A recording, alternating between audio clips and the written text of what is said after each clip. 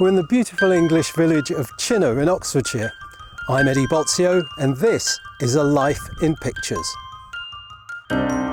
We're celebrating a World War II hero, a man who flew 27 flights, 5 missions over Nazi Germany before being shot down, captured and held in a prison camp. He had a remarkable life of adventure, achievement and excellence. And I'm getting ahead of myself. I'm with his son, who's promised to open the family photo album to tell his dad's story. Jonny Smythe, my father, he was born in Sierra Leone in 1915. He had a very sort of average life, I'd say, an average educational life. But as a young man, he saw an advert from the RAF looking for people to come and join the war effort. And for various reasons, he decided he would apply. And he applied, and he was accepted, and he ended up coming over to England, which is the first time he travelled abroad. He was one of only 6 people from Sierra Leone who were selected. Is that right? The government funded their fares across to Britain. So did he talk much about what that was like, why he applied, why he wanted to join the RAF? For somebody in Sierra Leone, why? A long way away. Yeah, why? Well, I think it's twofold. I mean, at that time in our history, Sierra Leone was part of the British Empire. And as such, the king of Britain was the king of Sierra Leone. And he would say later on that he fought for his king. So I think that's one of the reasons. But also there was another reason. The Creoles of Sierra Leone are not indigenous to Sierra Leone. They are descendants of the slave trade. A very small group of people, less than 2% of the population. But they're there because the British liberated them and transported them there. And they invested in this small group of people, the Creoles. They wanted them to spread Christianity. They wanted them to improve trade links between West Africa and Britain. They were even entitled to British passports. So there was this really close link and very close tie to Britain. And I think those are all the reasons why he was so keen to volunteer and join the war effort. So your dad felt a specific duty to defend British interests by volunteering? That's right. It was a duty. He felt that he owed it to the Commonwealth, to the Empire, to step up to the king. To the king, And let's face it, it was a pretty glamorous opportunity, and he looked good in the RAF uniform. He did. So he arrives in the UK, one of 6 from Sierra Leone, to train as an RAF navigator. So that's where it all started. And the first 3 weeks that were there was spent in a classroom studying maths, English, aircraft signalling, aircraft recognition, aviation law. And those that passed were selected to train as aircrew. Those that didn't would go on to be engineers, wireless operators, mechanics, ground crew. And my father would say that every single one of those jobs was as important as theirs because you needed a team.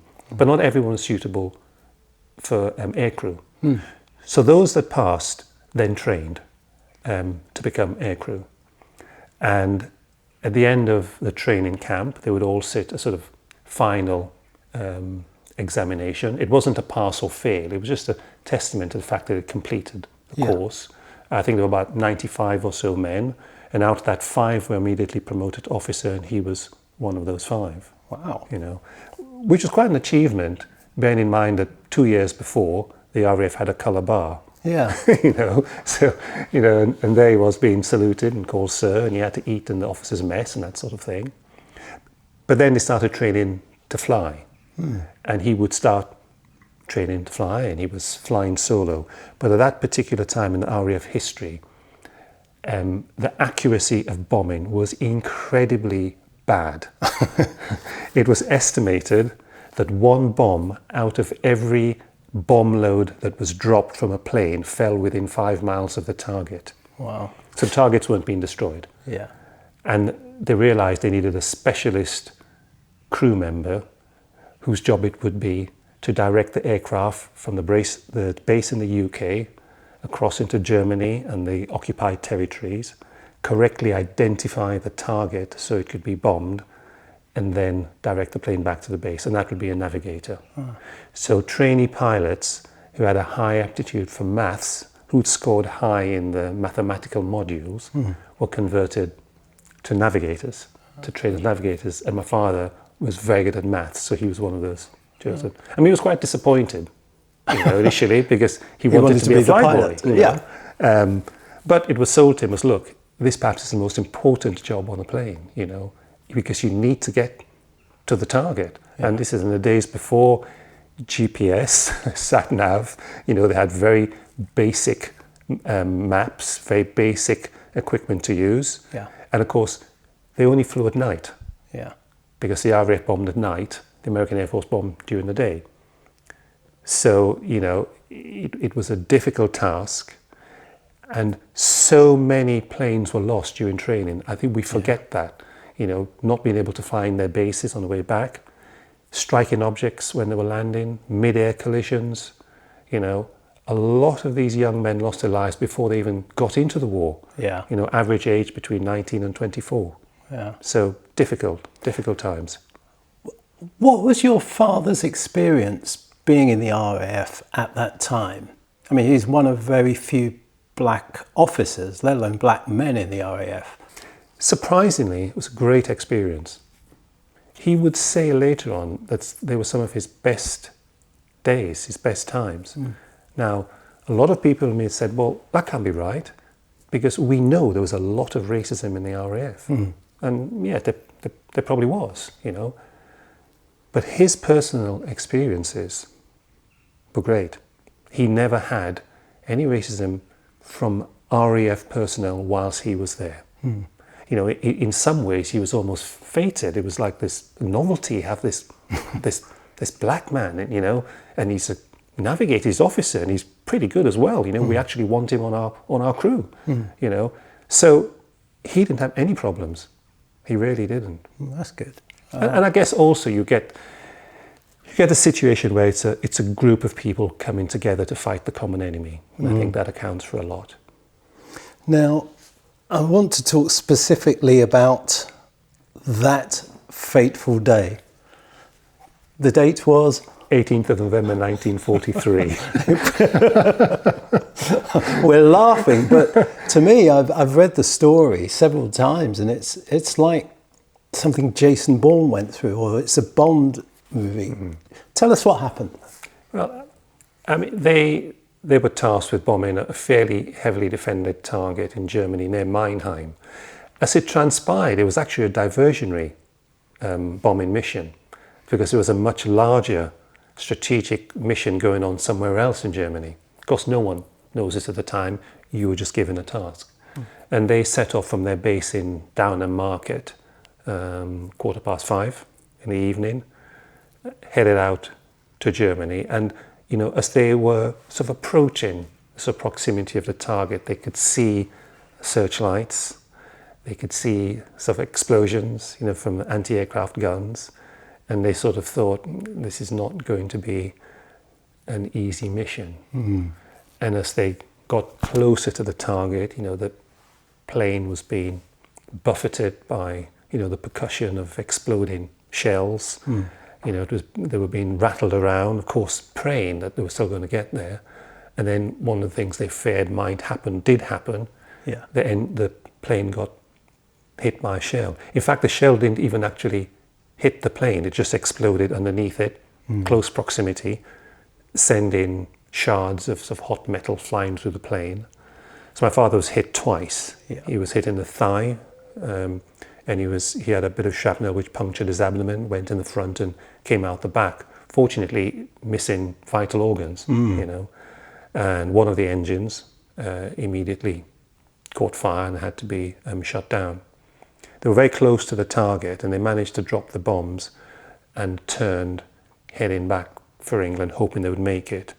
Now, there are different views on this. I was just going to say, hoping. So you, Well, hoping. You've been, Well, you're over Germany. You've been hit, and you're hoping you can make it back. Well, the other thing to say, they were flying in a short Stirling aircraft, which was the first 4-engined bomber that the RAF had.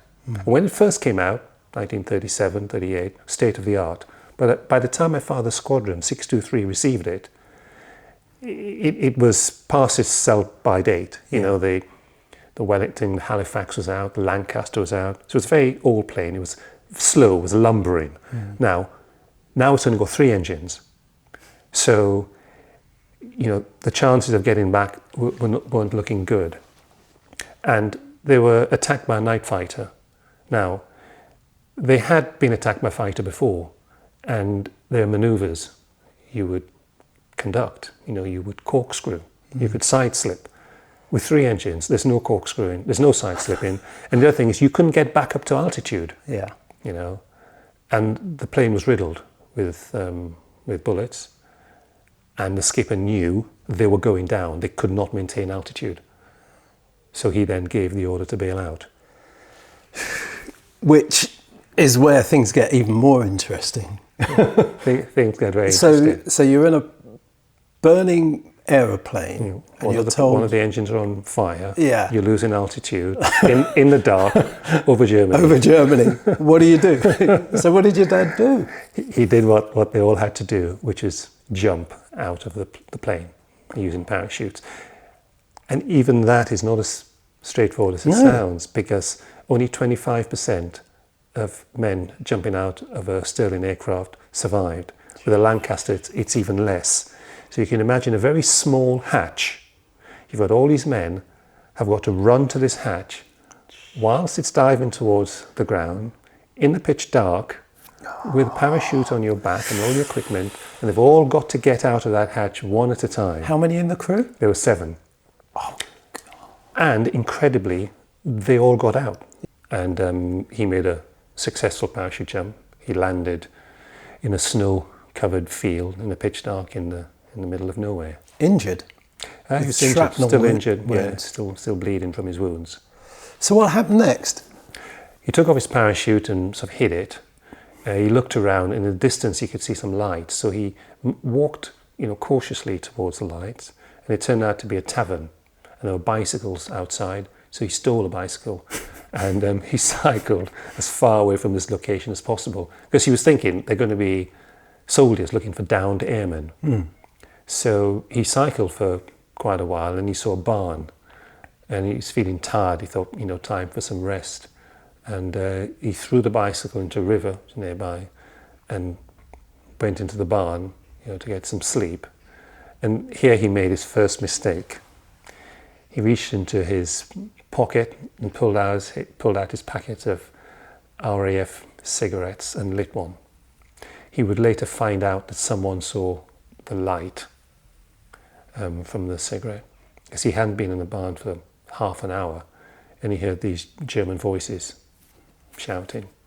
Now, he couldn't speak German, and he just hoped that they weren't for him. So he stayed very, very quietly, and the voices continued shouting very loudly, and he didn't move. And then a couple of bullets rang out as they fired into the barn. And he knew the game was up. So he shouted out, and he came out with his arms raised, all 6'4" of him, walking towards them. And they couldn't believe what they were seeing. You have to think about Nazi propaganda at that time. The black man was not far removed from the ape. And here was this man walking towards him in an RAF uniform. And the first thing they said to him was, "What are you doing in an RAF officer's uniform?" And he said, "Well, I'm an RAF officer." And they said, "What are you doing dropping bombs on our country? We're not at war with Africa." And he actually said, "You're at war with the British Empire, and I'm fighting for my king." Wow. So those are the words he used. He was quite badly roughed up. He had his boots taken off him. He walked barefoot in the snow. He got frostbite. And, growing up as a child, my father never talked about the war. And when I finally, a couple of years before he died, managed to sit with him and get him to talk. It was all completely without emotion. I got shot down on this day and such happened. I'd say to him, well, you got shot down, what was it like? Were you in pain? Were you scared? What was it? Were there people shouting? Was there smoke in the plane? What was it like? Oh yeah, one of the engines was on fire and he jumped, and it was completely without emotion. However, the only time that he showed emotion at all was when he talked about this incident. He said because there was amongst this little group of soldiers, there was an officer and he had a rifle. He said he was a short man, and he walked at him and he hit him with a butt in his side. And the father didn't budge, and they continued questioning him, and he came up and hit him a second time. And he decided, the next time that he approaches me, I'm going to break his neck. It'll take me 2 seconds to snap his neck and I will kill him. Believing that he was going to be killed anyway, but he thought, I will kill him. Fortunately, he didn't do that a third time, because of course I wouldn't be here to tell the story. But he said, when he was in a prisoner of war camp, months later, he'd see that guy's eyes and would pray that at some day he would meet him. And that was the only time I heard sort of emotion from him. Wow. So he's in a prisoner of war camp. Yeah. The only black man there? Yeah, when he first arrived, he was the only black man there. What was that experience like for him? Do you know what he said to me? And one of the things I do remember him saying, because I asked him this question one of the times when I managed to talk to him. And I said, what was it like? You're the only black person. There's like 9,000 POWs in this camp, in Stalag Luft 1. 7,500 were Americans. And of course, the Americans, they practiced segregation in the Air Force. And then you had all these guards, all these German guards, these officers. And there will be even British people who would not have had much contact with black people in that era. What was it like? And he said to me, Eddie, it's only when I looked in the mirror that I remembered I was black. So he was respected, got on well. Yeah, he didn't have any issues. He wasn't treated any differently to anyone. So eventually the war ends, and this is the next chapter of the book, of the series.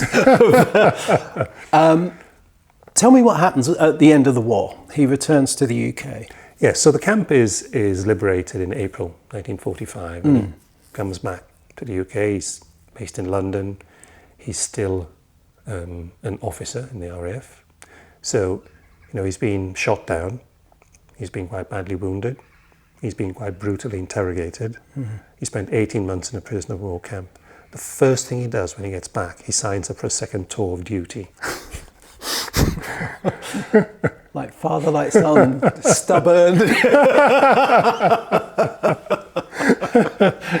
No point to prove. He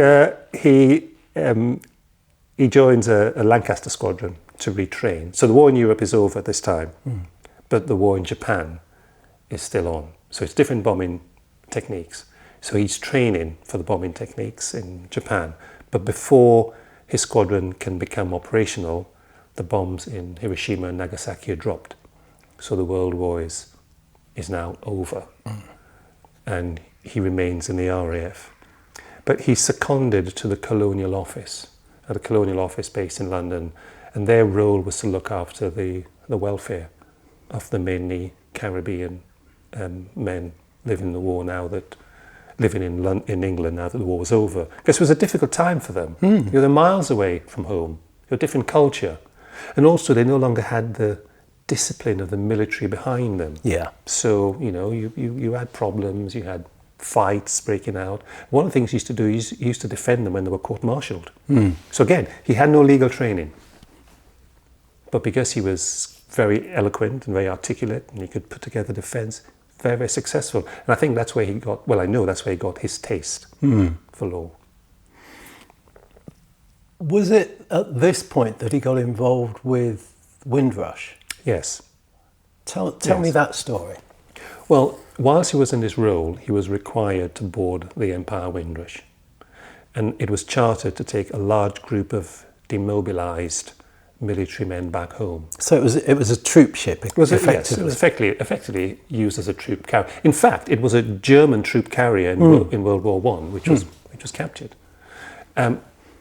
People know about the Windrush journey coming from the Caribbean to the UK, but very few people realise that it started in the UK, taking these men back home. But that ship set out, and I think the first island it stopped at was Trinidad, and people from Trinidad got off. It eventually ended up in Jamaica, which had by far the largest contingent of men. Whilst the ship was out there, the Jamaican Labour officer came on board the ship with his men to sort of see all these young men coming back. But at that particular time, the economy in Jamaica was really poor, and unemployment was very high. And they appealed to Britain for help because they didn't have the jobs for these hundreds of young men that they richly deserved, having gone and put their lives at risk fighting. So they asked the British government for help. And the Colonial Office contacted my father and said, right, well, you're the senior officer on board. You need to come up with some ideas, some suggestions, what we ought to do. And the captain of the ship put his men at my father's disposal. So, because obviously there were hundreds of men that had to be interviewed. He had to sort of find out what their skill set was. He had to sort of categorize them. He had to talk to them. And I really feel for those young men, and we don't really appreciate how brave they were. They were back almost at home. They could see their home, they could smell their home. They had aspirations for coming back after the war and getting jobs. And here they were faced with a situation where there were no jobs at home. And my father had to say to them, look, there are opportunities back in Britain. You'll have to work hard. It's not going to be easy. We'll have to get you accommodation. You will have to deal with racial discrimination. But there are opportunities for those who want to work hard. And he categorized them into their skill set. There were miners, there were farmers, there were factory workers, some wanted to re-enlist in the RAF. And he sent a report back to the Colonial Office, setting out his suggestions, which is that they come back to Britain. And that was accepted. And that ship came back with the people we now refer to as the Windrush generation. Wow. And when it arrived, he noticed that a plane buzzed them, and as it pulled up at the docks, all these people there waving, and his fiancée, my mum, was there holding up this newspaper article which said Smythe on the job. It had already hit the newspapers saying what he had done. And there were dignitaries that went on board to shake his hand. I mean, he was just doing his job. Yeah. He didn't know any of this, and he got back and he was rather surprised by all the attention that he got. And I never knew that story. Wow. So he started the journey between the Caribbean and the UK, bringing people over. The very first group. Obviously, there were lots of ships thereafter. Yeah. But that was the very first one. Yeah. And that led to his next career choice. Yes, it did. One of the judges he'd sat in front of on a number of occasions invited him for lunch. And of course, he was over the moon. A judge invited him for lunch. He jumped at the opportunity. And during lunch, a judge said to him, Johnny, what are you going to do now that the war is over? He said, well, I'd quite like to stay in the RAF in some capacity. He says, well, you won't be able to, war is over. And all the people who came across to fight, they'll have to go back home. You need to think of a career. What about law? I think you have a natural aptitude to it. And my father said, yeah, I like law. And he wrote a letter of introduction to the Inns of Court and gave him the letter and said, you must go in with this introductory letter, which he did. And he was interviewed, and of course, the door was opened for him because of the letter, and he got accepted. And he studied law there, and he qualified as a barrister. He was called to the bar in the Inns of Court. I think it was 1951. So one of the first black barristers in the UK, possibly. One of the first. One of the first. One of the first. I mean, there were others at the time, Yeah. but he was certainly one of the first. Well, once he's called to the bar, he marries my mother, you know, Violet. She had come across from Grenada and to nurse, and she'd qualified as a SRN in London, and they had met at a dance. Yeah, I was going to say, how did they meet? Do you know the story of how your parents met? Do you know, it's so funny, but I remember as a child, I said to my mum because I'd heard them talking about London, England, you know, these are all, you know, foreign words to a young child living in Sierra Leone. I said, well, how did you meet? And my dad said, oh, she'd been now what's the word he used? She'd been a stripper in a nightclub. You see? and they both burst out laughing. So obviously this was a joke. Now, you know, to a young boy, I don't know what a stripper is. I don't know what a nightclub is. It meant nothing to me. It was just some sort of adult joke.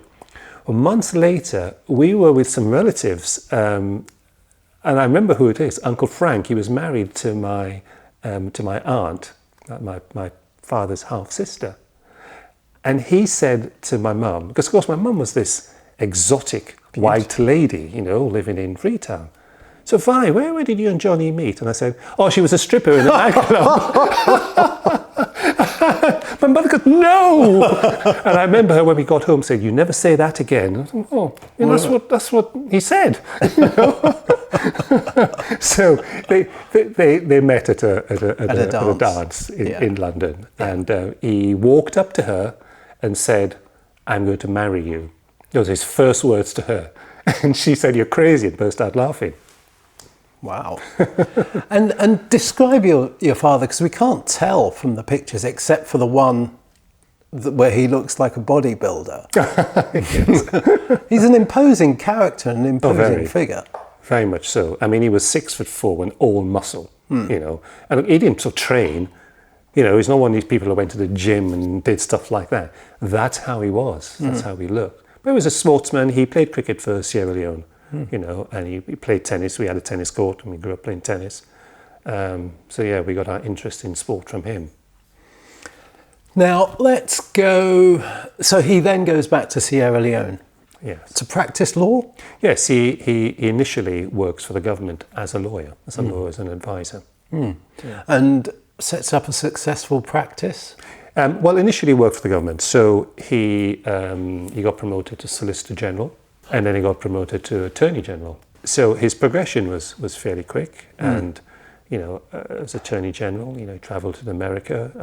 He did a tour in America, talking at various universities, meeting various dignitaries. Very, very successful tour. Various dignitaries, come on.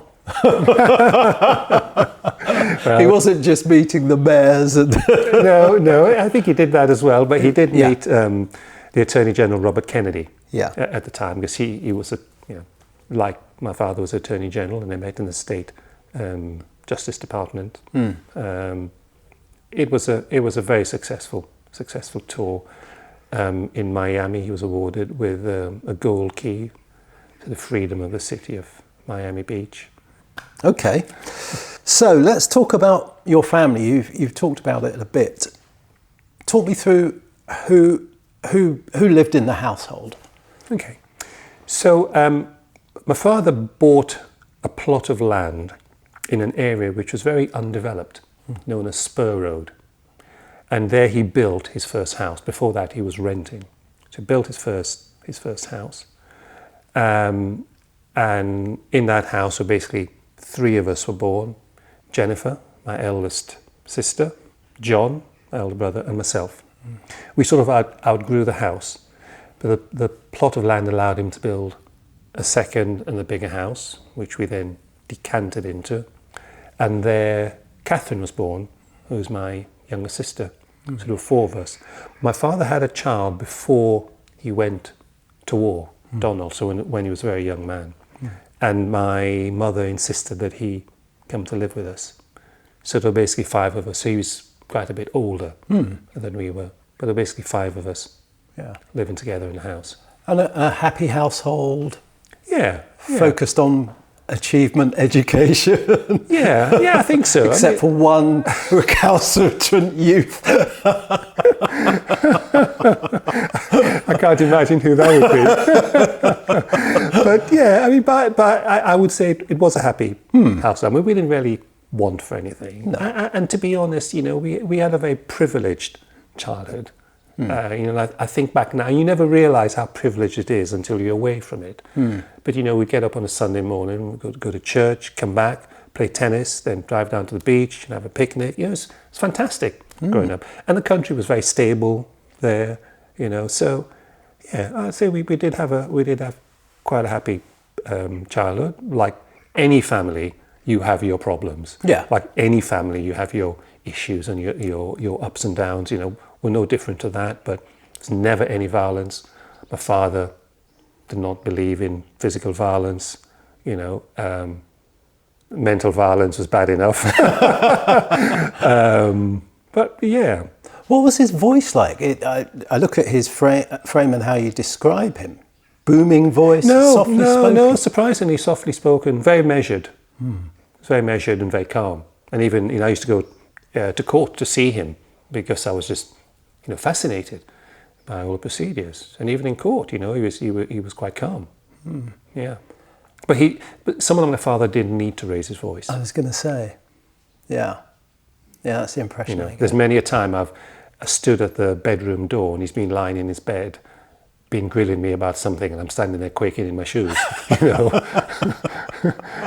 you know, see the 6'4" frame stretched out on the bed. You know, just very, very quietly talking, and you know. Wow. I'm intrigued as to what your dad's character was like, and you've given a hint to it there, that he, as you say, he didn't show much emotion, which accords with my own experience of my father and that generation who grew up under the empire. I mean, just talk about what he was like as a character for you growing up. As a character? Well, very, very strong, very principled, you know, incredibly principled.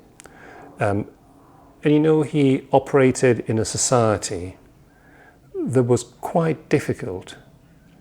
You know, he worked in the legal system, and there was a lot of bribery and corruption, intimidation, threats. My father never took a backward step. You know, he was never, ever intimidated, which, you know, at times growing up in Freetown caused us problems, you know. He did not deal with any bribery whatsoever. I remember an incident when we were children.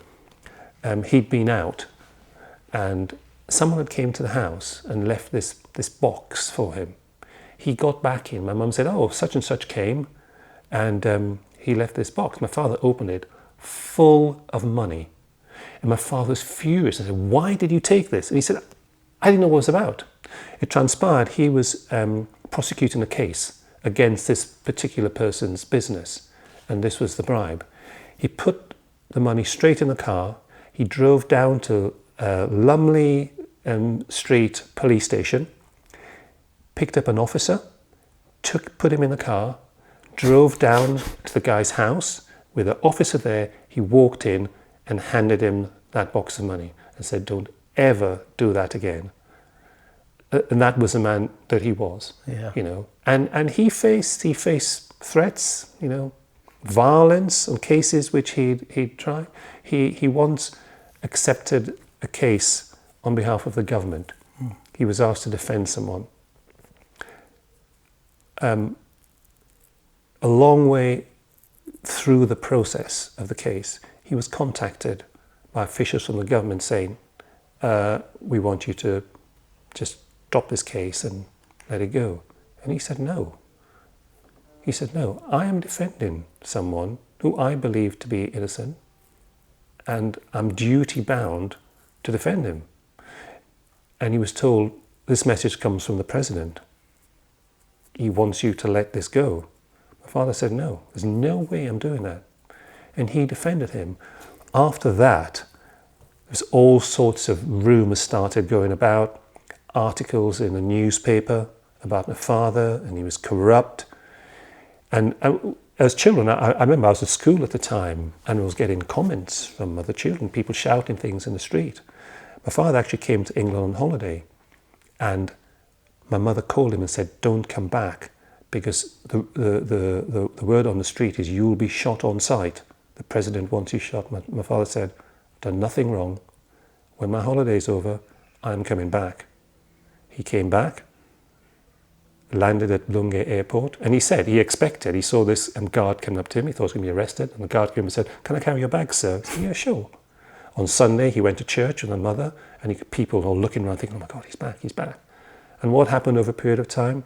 It just fizzled out. But years later, the president asked him to do something else for him. And he said to my father, now he spoke in Creole, so I'm obviously going to speak in English. Mm-hmm.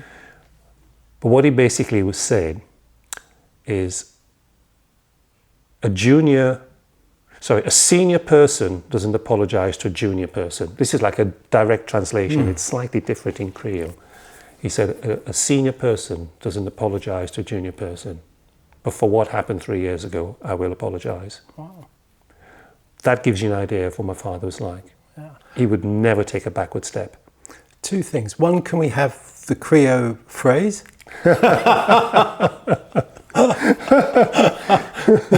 Putting you on the spot? Yeah, he say, big man not a big little man. I like that. So the direct translation, and this is the problem, if you translate things into English, it doesn't necessarily mean the same. Yeah. But it's, a big man doesn't beg a little man. Yeah. But it's not what it means. It's not begging. It's like a senior person doesn't apologize to a junior person. The president doesn't apologize to a junior person. That's what he was saying. Yeah. But that's what he said in Creole. And what was that like for you as his son, or as any of his children, having such a determined, focused father? And most of the time it was great. You know, apart from these, one or two infrequent episodes, it was great. But we grew up under the spotlight, of course, because, this was a small pool. My father was a very big fish, and we were all known. I was known as Jonny Smythe in Pekin, Jonny Smythe's child. I wasn't Eddie Smythe. I didn't have any identity. Of course not. That's how it was. But I always remember my father saying, "You ever do anything illegal, and you will be in big trouble." So of course, you just never did. So was he warm? Was he huggy? Doesn't sound it. He wasn't a warm and huggy father. No, he wasn't someone that cuddled. No. He wasn't someone that wanted to take you out and kick the football around with you. He just wasn't like that. No. I recognise that. Yeah. I think many people recognise that in that generation. In that generation, that time. Yeah. The other thing to remember is the Creoles were very Victorian because they modelled themselves on the Victorian British. If you look at the dress of, even today, the national dress of the Creole woman, it's based on the Victorian dress, and the Creole men went to work in three-piece suits and hats in that temperature. You've seen the pictures of my father. Yeah. They were very Victorian, children had their place. Children were seen and not heard. It was that sort of thing. Yeah. All the warmth and that sort of love we got from my mother. We knew our father loved us and he protected us and he would die for us. But he didn't spend a huge amount of time with us as children. And my relationship growing up with him as a child wasn't brilliant. Wasn't great. Do you want to expand on that? Well, I guess I was very much a free spirit. Should we put it that way? Which was very different to my brother. And of course, your eldest born son, Victorian days, apple of your father's eye, and my brother was a great son and a great brother. He's brilliant. Yeah. But if you look at his career path, it's a straight line, shortest distance between 2 points. These are the O levels I'm going to take. These are the A levels I'm going to take. This is the degree, and this is the industry I'm going to work in. And that's what he did. Brilliant. You look at mine, hopeless. I had no idea what I wanted to do. I wasn't particularly good at anything. I didn't sort of work as hard as I should have done. I wanted to do my own thing. which my father Yeah, I was can not happy imagine. with. I can You know, my father could be a bully, and I wasn't good with bullies. You know, so as a child, as a youngster, we clashed, Yeah. and we weren't close at Yeah. all. You know, But you were the grit that became the pearl. well, yeah. In some ways, I look back now and think, you know, that sort of treatment Helped shape you. is what gave me determination in life. You know, and I had my mother's influence, which was, you know, really sound. You know, and I think I mentioned to you in the past, you know, we were brought up in a very sort of traditional Western way, largely down to my mother. And the reason for that was to equip us for life in the future if we left Sierra Leone, which we did. But interestingly, my relationship with my father completely changed when I grew older. So when I first came to England to study, I still messed around, and I didn't do any good, you know, doing a bit of this and a bit of that, you know. And basically at one stage he just completely disowned me, you know, he just, you know, had enough of me. And my attitude, you know, that's a young, obnoxious child, was, that's fine, I'll find my own way through life, which I did. And I think his view was that I was going to struggle in life. That was his view. And basically, I ended up doing my own thing and fortunately being successful at what I did. And he respected that. And when he used to come to Britain, because my father used to come to England every year on holiday, because it was the ancestral home, we used to meet up and the relationship totally changed. So let's talk about, so you left Sierra Leone at what age? 17, To come and study here. yes. Went to university here, secondary school? I went to secondary school, went to college, didn't go to university, which was why we fell out, by the way, because I didn't follow directions. I wanted to take time off. He didn't think that was the right thing to do. I did. You wanted a gap year, of course. So, so I immediately went off and did my own thing. I studied accountancy. You know, my intention was to become a chartered accountant. That's what I wanted to do. Halfway through the course, I thought, what are you doing? You know, this is going to drive you bonkers. And I basically ended up in property, you know, through various routes. And I always, which is what I'm doing now. I sort of grew up not really knowing what I wanted to do because I wasn't really good at anything. That was the problem. But deep down, I always felt that the time would come when I would find out what I wanted to do and I'd find out what I was good at. And I ended up working in a property department for a retail group by default. And I suddenly found what I wanted to do. You know, I worked for them for a number of years. I was part of a new development company, which they formed. Our remit was to secure sites for the rapidly expanding group. And after a few years, I thought, I fancy doing this on my own, you know. And my father was very worried about it. You know. So at this stage, we were very close. And he said, look, you know, you got a nice car and you know, you got a good salary. Why would you want to give that up and go and start on your own and start from scratch? I said, well, you worked for yourself, you know. And I set off and I made the decision to start up my own company. And, you know, 30 years on, it was the best decision I ever made. So that was my route. It was very non-conventional, you know, very non-conventional. Which would have been challenging for your father. Very challenging. And I kind of understand it, given his background and how he was brought up. It was very, very hard for him, you know. And as I say, I was very, very free-spirited. So if I made my mind up I was going to do something, then I was going to do it, you know. And that didn't sit easily with my father. I mean, you know, because of your background and your father, you know what it's like. You're meant to toe the line. Yeah. But, you know, in fairness to him, later on, he actually respected what I did. Can you talk us through the process that brought you back together, or the events that brought you back together, or closer? I guess it took time. It took time, and I think it really happened after. So before I got into property, I went into management. I worked for a couple of companies, One of them was MFI. Do you remember MFI? And was a manager with them. It was a very, very well paid job. You know, huge amount of responsibility, which had a huge team underneath you. And I remember going to pick him up from Heathrow after he arrived, and I turned up in a company car in a suit, and you know, to him it was, oh my God, I wasn't expecting this. You know, this really wasn't what I was expecting. And suddenly, you know, oh, you come and stay with me. You know, come and stay at my house. God, it's actually, you know, he's really made his way in life. Yeah. And then all of a sudden, things changed. But you know, that shouldn't be what determines how a father feels about a child. But that's how it was, you know, from our background, our heritage, that's how it was, you know. And eventually he came to live here with you. What brought that about?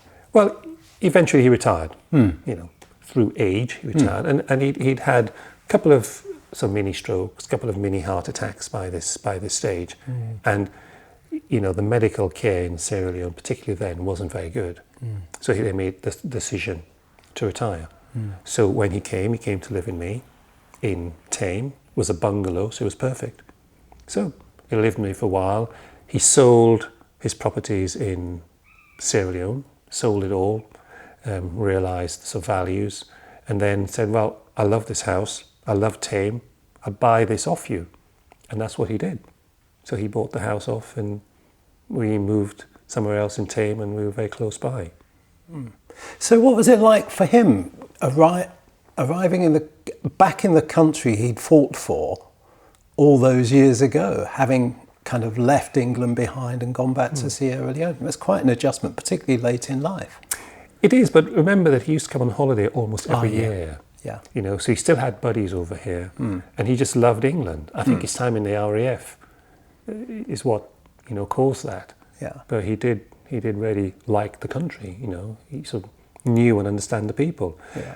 But coming to Tame, the other thing you have to remember is he never talked about what he did. No. So to all the people that knew him in Tame, they didn't have a clue, not a clue. You know, and I said this very recently to someone. You know, him and my mother lived in Tame. They did their shopping in Tame. You know, the doctor and the dentist was in Tame. They went to church in Tame. They lived there. They got to know people. You know, I had quite a few friends who used to go and socialise with them and have drinks with him, and no one had a clue because he never talked about it. No. And because we grew up with him not talking about it, I never talked about it because I didn't know it was a story either. It's a huge story. So he basically died without having any idea what he'd achieved. Yeah, no idea. Is that one of the reasons you tell and retell the story now? I think so.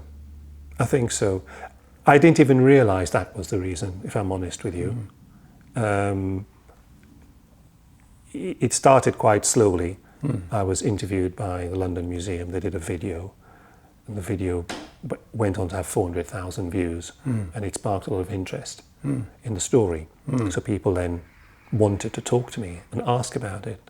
And I thought, well, if I'm going to talk about the story, I need to make sure I understand the story. And when I started looking into the story, I thought, wow, there's a little bit more than I sort of imagined. And then I got very interested in the story, started to understand it, and I'm still discovering things, you know, about story.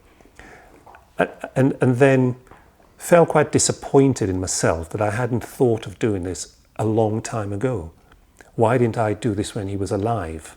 You know, I guess perhaps I didn't know. I think many of us do. You didn't understand.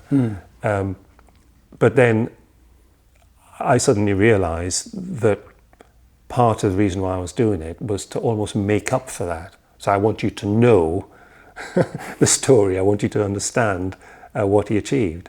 I think of him, you know, in the wheelchair in the Tame High Street doing stuff, and you know, people would walk by him. You know, he never talked about it. No one had a clue. And I suspect if he was here now and he was in a wheelchair in Tame, it would be a little bit different. And do you think it helps you understand him more? Yes, Yes, I do. Yes, I do. He never showed any signs of the war having any effect on him growing up. You know, he wasn't kind of prone to bouts of temper or depression or anything. He was just steady, you know, strong man. But if we ever had to wake him up, it was a problem, you know. So quite often in the afternoon, he'd get back from work in the afternoon, he'd have something to eat, and he'd go for his afternoon siesta, which is quite normal. And my mum would say, call one of us to go and wake him up. And we hated it, because you'd kind of walk down to his room and he'd be lying there on his bed, sound asleep. And no matter how quietly you tried, you'd whisper, Dad, he would wake up with a scream. And he used to seem to almost levitate. He used to come off the bed because all his muscles would contract in a second. And he'd end up sitting up, red eyes, staring around him blankly. And then he'd suddenly see realization. And then he'd sort of tut and sort of lie back down. And we'd say, oh, well, Mummy asked us to wake you up. You know, it was terrifying for us. And all my mum would ever say, oh, it's the war. But I didn't understand what that meant. Now I think back, well, that's obviously PTSD. Yeah. But, you know, no one knew what it was. Now, that was the only sign that I ever saw. So, looking at the vast span of your father's career and the relationship you had with him, I mean, what's your view? I guess it's constantly changing the more you discover. It's been very, very hard for me to have a kind of flowing feel to it all. It just doesn't work. Sections. Yes, Yeah. they're just sections in my mind when it comes to my father, and also as a father-son relationship. You know, growing up in Sierra Leone and almost feeling like an outsider in a funny sort of way. I can see you. Yeah, explain what you mean, please. Well, it was growing up feeling that every sibling had a place except me. So your first child is always your first child, and is always the special child. That's the way it works. Yeah. Your first son, it's always a special one. And then you have the baby who came much later, the 6 years between us, who was just adored because she was the baby. And I had this place that didn't have a place. Middle child syndrome. And I'd never heard of it, you know. Yeah. So, and of course, because there was no connection between my father and I at that stage, so you didn't sort of have a place, you know. So I am not even sure how to answer the question. I can generally answer most questions to do with my father. Okay. But it's a difficult one for me. Two more things from his time here. The first is Tame now recognises him. Yeah. Talk about that day. Yeah. It's not just Tame. No, it's not just Tame, but Tame specifically because he lived in Tame. And the first thing was the Tame Museum. And they've got a permanent exhibition to him, you know. And it's then I've had friends say to me, God, you know, that's an exhibition by your father. I never really realised. I kind of sort of knew he was in the war, but I never really appreciated it. And people have shown a genuine interest. People have gone in and looked and read all the stuff and thought, wow, you know, he was quite a fella and he lived here. And, you know, it's really nice. The response has been good. The chairman of the Blue Black Committee, when he did his talk, he said, you know, we have had quite a few applications for blue plaques for black people in Oxfordshire, and you know, we've wanted to give them, but we just haven't really had someone we thought warranted it. Yeah. And we're really grateful that we now have someone and we're able to put the plaque up. So it was really special, and they had representation from the RAF, from county councillors, the mayors were there, various other groups. It was a special day. And of course, as you know, the repair shop picked up the story. And that beautiful box, which was made by them, actually sits there. It sort of enhances the exhibition, enhances the story, because, and that's happened fairly quickly. I watched that episode of the repair shop, and what struck me most was two things. One, how moved they were by the story, and two, how moved you were by what they did for you. What was that like? Oh, it was a remarkable experience. Eddie, welcome back. Oh, nice to be back. How have you been? I've been good, thanks.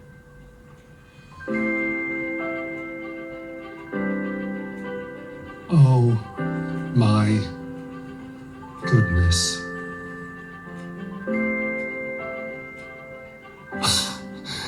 Look at the buttons. Where are the holes? Oh God, look at inside. This had perished totally. There were huge holes in it. And I just wanted to say a little thank you from myself. So I've made you something.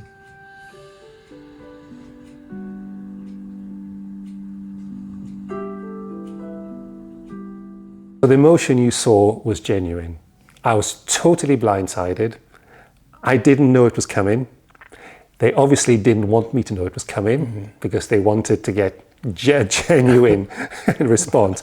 And as you saw, I was completely speechless. I can see it now. And which medals did he win? We've not even talked about the medals he won. Well, he's got all his war medals for Yeah. all of, various reasons, Bomber Command and so many missions and the Atlantic Star. And, he's got all full set of the war medals. Yeah. He's got a military MBE. Yeah.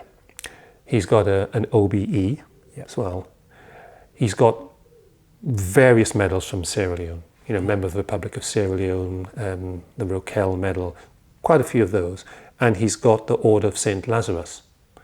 And that's a medal which was given to him by Germany. Wow. And people say to me, how did that happen? And he was at the British ambassador's residence at a cocktail party, and he ended up talking with the German ambassador. And the German ambassador said, "Hey, Johnny, I hear you in the RAF during the war." And he said, "Yes, I was." He said, "Well, I was a Luftwaffe pilot. I flew fighters in the Second World War." Wow. So they started talking about their experiences. And he said to my father, "So how did it end for you? What happened?" And he said, "Well, November the 18th, 1943, I got shot down over a bombing raid." And he looked at him and he went very quiet. He said to my father, "So where exactly did you get shot down?" And he said it was near Meinheim. And he said, "My goodness." He said, "I flew an operation on that day and I shot down a British bomber on that day." Sheesh. And they stared at each other. And I remember saying to my father when he told me the story, "How did you feel? Did you think, right, time for revenge? Anger?" He said, "I put our arms around each other and had a few more drinks." But that ambassador recommended to his government that my father be awarded the Order of St. Lazarus. Now, it's a chivalry medal. Only 2 Africans ever received it. Emperor Haile Selassie and my dad. So Eddie, we've come up here onto the Chilterns. Beautiful day. What are your thoughts reflecting back over your father's life, not just in Sierra Leone, but having ended his days here? I see it in various chapters, if you like. And they were actually very different. The chapters were different to each other. It didn't flow. So he started off as a young man in Sierra Leone. Yeah. He worked for the government in a clerical position, He was a sergeant in the Volunteer Defence Force. There's nothing spectacular. He saw the opportunity to volunteer for the RAF, which he did, and he was accepted. And off he goes to England on this adventure. And now this is the next chapter of his life, where he joins the RAF. he's successful in that he is promoted to an officer, he joins Bomber Command, and he's shot down, and he spends 18 months in a prisoner of war camp, and eventually comes out. And if you like, that was the next chapter. That was a full life for one person. Yes, yes, but totally different to where he started. And then he finishes with the RAF, and he finds himself as a senior officer on board the Empire Windrush. Exactly. You know, the very first Empire Windrush trip that went to the Caribbean, where he would make this very important decision for these men to come back to the UK. And so the Windrush generation was started. So he finishes that bit, and then he studies to be a barrister. Yeah. And he qualifies, and he goes back to Sierra Leone. Now, once he gets back to Sierra Leone, he throws away his RAF uniform. He throws away his logbook. And that chapter is firmly shut. Yeah. And that's when my life began as a child. So I knew nothing about what went on before. Yeah. All I knew was life in Sierra Leone. My father working as a lawyer for the government, Solicitor General, then Attorney General, then setting up his chambers, you know. And he could talk to you about law, Yeah. you know, forever if you wanted. But the RAF, he never spoke about. So no one knew about that part of his life. And then when he finally retires... Before you go on to that, don't forget that element of his life as Solicitor General. He was a freedom fighter. He was indeed. He was being part of the colonial government, don't switch sides. Yeah, I guess he was. And of course, he fought for the British Empire. Yeah.